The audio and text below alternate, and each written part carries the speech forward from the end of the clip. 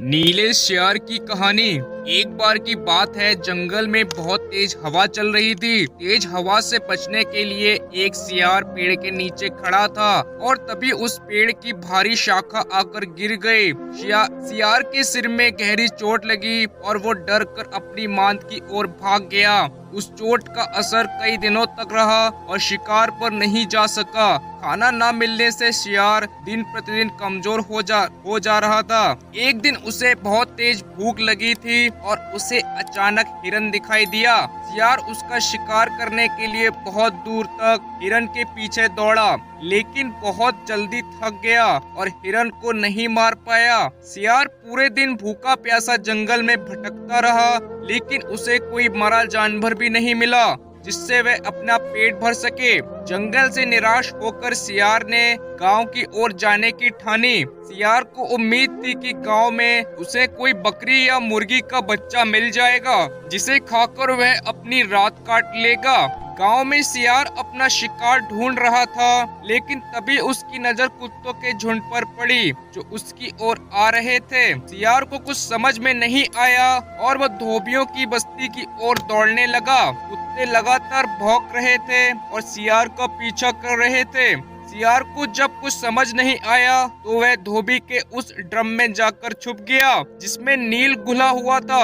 सियार को ना पाकर कुत्तों का झुंड वहां से चला गया। बेचारा सियार पूरी रात उस नील के ड्रम में छुपा रहा। सुबह सवेरे जब वह ड्रम से बाहर आया तो उसने देखा कि उसका पूरा शरीर नीला हो गया है। सियार बहुत चालाक था।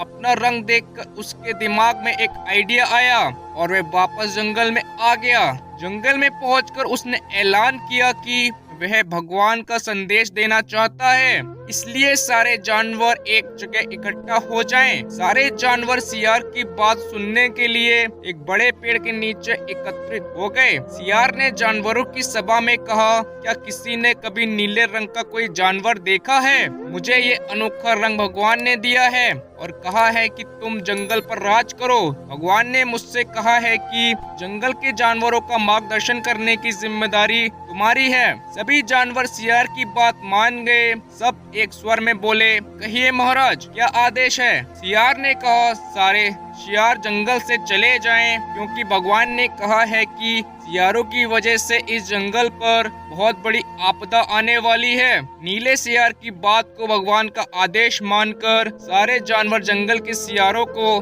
जंगल से बाहर खदेड़ आए। ऐसा नीले सियार ने इसलिए किया क्योंकि अगर सियार जंगल में रहते उसकी पोल खुल सकती थी। अब नीला सियार जंगल का राजा बन चुका था। मोर उसे पंखा जलते और बंदर उसके पैर दबाते। सियार का मन किसी जानवर को खाने का करता तो वह उसकी बलि मांग लेता। अब सियार कहीं नहीं जाता था, अपनी शाही मान में बैठा रहता और सारे जानवर उसकी सेवा में लगे रहते। एक दिन चांदनी रात में सियार को प्यास लगी। वह मान से बाहर आया तो उसे सियारों की आवाज सुनाई दी जो दूर कहीं बोल रहे थे। रात को सियार हू की आवाज करते हैं क्योंकि ये उनकी आदत होती है। नीला सियार भी अपने आप को रोक न सका। उसने भी जोर जोर से बोलना शुरू कर दिया। शोर सुनकर आसपास के सभी जानवर जाग गए। उन्होंने नीले सियार को हू की आवाज निकालते हुए देखा। तब उन्हें पता चला कि यह सियार है और इसने हमें बेवकूफ बनाया है। अब नीले सियार की पोल खुल चुकी थी। यह पता चलते ही सारे जानवर उस पर टूट पड़े और उसे मार डाला। कहानी से सीख, हमें कभी झूठ नहीं बोलना चाहिए। एक न एक दिन पोल खुल जाती है। किसी को भी ज्यादा दिनों तक बेवकूफ नहीं बनाया जा सकता।